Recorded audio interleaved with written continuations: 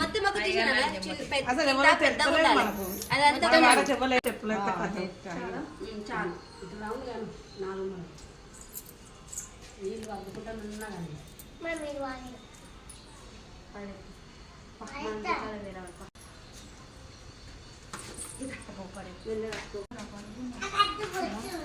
మంచిగా ఉన్న గమ్మటి.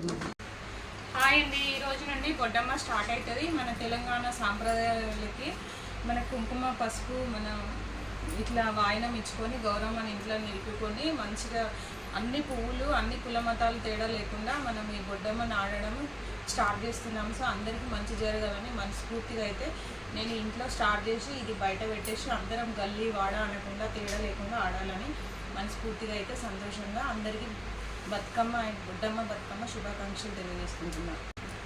బొడ్డమ్మ 9 రోజులు ఆడిన తర్వాత మళ్ళీ 22వ తారీఖు నుంచి మళ్ళీ బతుకమ్మ స్టార్ట్ చేయడం జరుగుతుంది.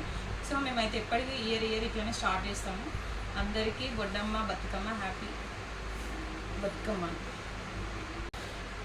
బతుకమ్మ శుభాకాంక్షలు అందరికీ.